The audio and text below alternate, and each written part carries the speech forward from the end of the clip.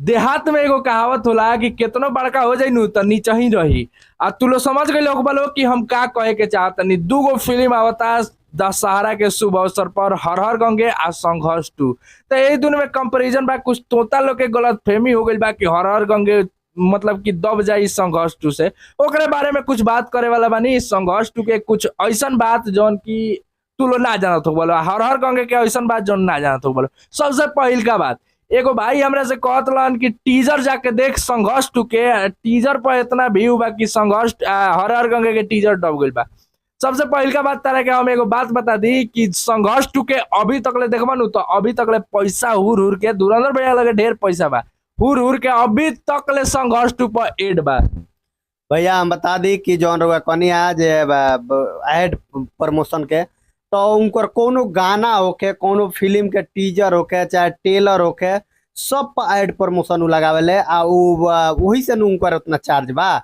जैसे कि 10 लाख ले ले, ओमे से 7 लाख लगा देले रेती पर एड प्रमोशन में, आ 3 लाख से उनकर रेती चलेला। अगर 3 लाख से ना चलित नु तो 2 महीने के इनकर गायकी बन भइला पावकात के था चल गइल बनू। लेकिन जहां तक फिल्म के बात करी, संघर्ष टू आ हर हर गंगे, तो संघर्ष टू तो भैया सलमा सनी देओल से लड़त लड़त लड़त लड़त पवन सिंह पे आइल बा।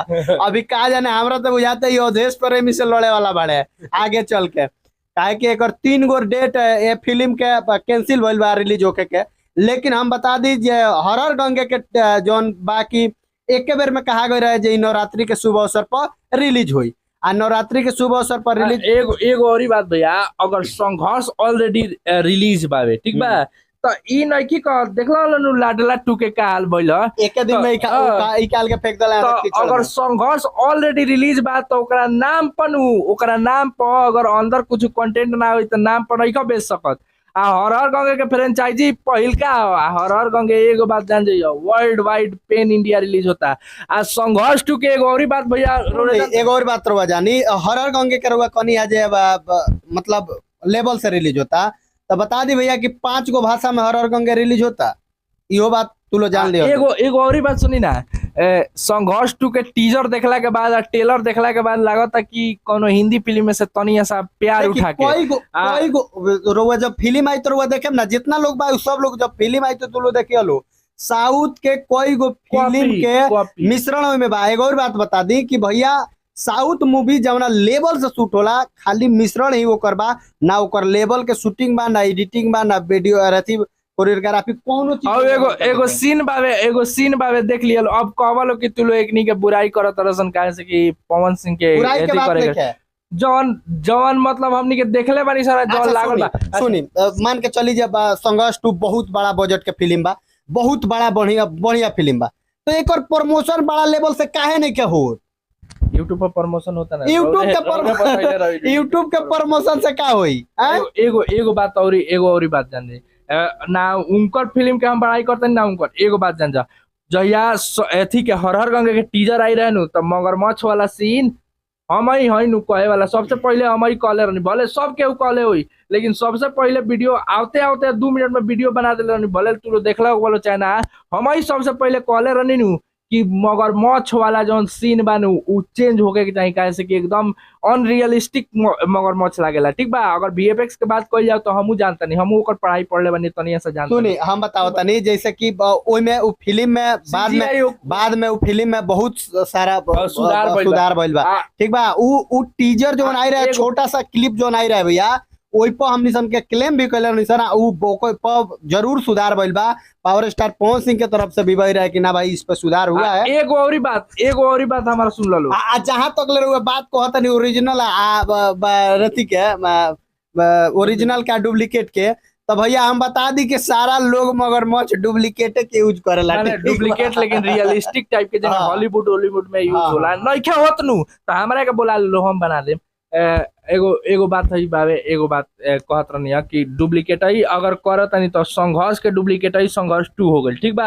आ हर हर गंगे जौन बा उ नया कॉन्सेप्ट बा। हमरा के गंगा पहले जी एगो के बात बताई, संघर्ष 2 का डुप्लीकेट, संघर्ष का डुप्लीकेट संघर्ष 2, संघर्ष 2 है। लाडला के डुप्लीकेट लाडला 2 आइल, हाँ। एक दिन में कीचड़ में फेंकाइल। हाँ। तो उहे हाल एहू फिल्म के हो जाई। उ खाली वो बंदूक ना चावल देखावला से ना होई, हाँ। पहले पूरा फिल्म वो आवे बंदूक दी। न चावल केजीएफ से उठा के आइल बा, साउथ के मूवी सही से बात उठा बा। के आइल बा।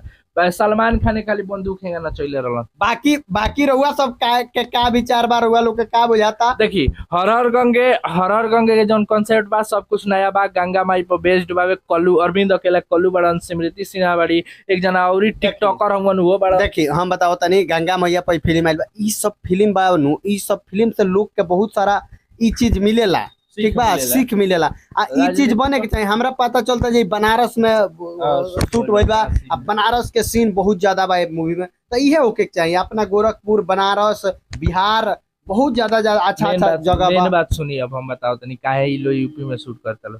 बिहार सरकार सब्सिडी नहीं दे रही है, आ यूपी में सब्सिडी मिल रहा है, इसलिए अब बिहार का जितना बिहार के इंडस्ट्री नु सब शिफ्ट हो गई यूपी में। कहे से कि यूपी में सब्सिडी अच्छा मिलता है, यूपी में सरकार बढ़न। ई जगह सरकार फिल्म पर ना गाना पर कोनो पर देखिए सब्सिडी एक और बात बताओ तनी भैया कि गोरखपुर में अपन अच्छा फिल्म सिटी चाहे वो नोएडा में बन रहल बा, हैं?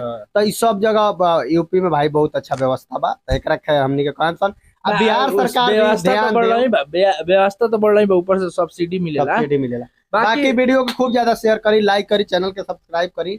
और रउआ सब जरूर बताएं कि संघर्ष 2 आ कि हर हर गंगे कौन फिल्म बेस्ट बा। काहे कि संघर्ष 2 फिल्म जौन बा सनी देओल से लड़त पवन सिंह पाइल बा, आगे जाके अवधेश प्रेमी से लड़ी, और ओकरा बाद रिलीज हुई। बाकी मिलते हैं अगला वीडियो में, तब तक।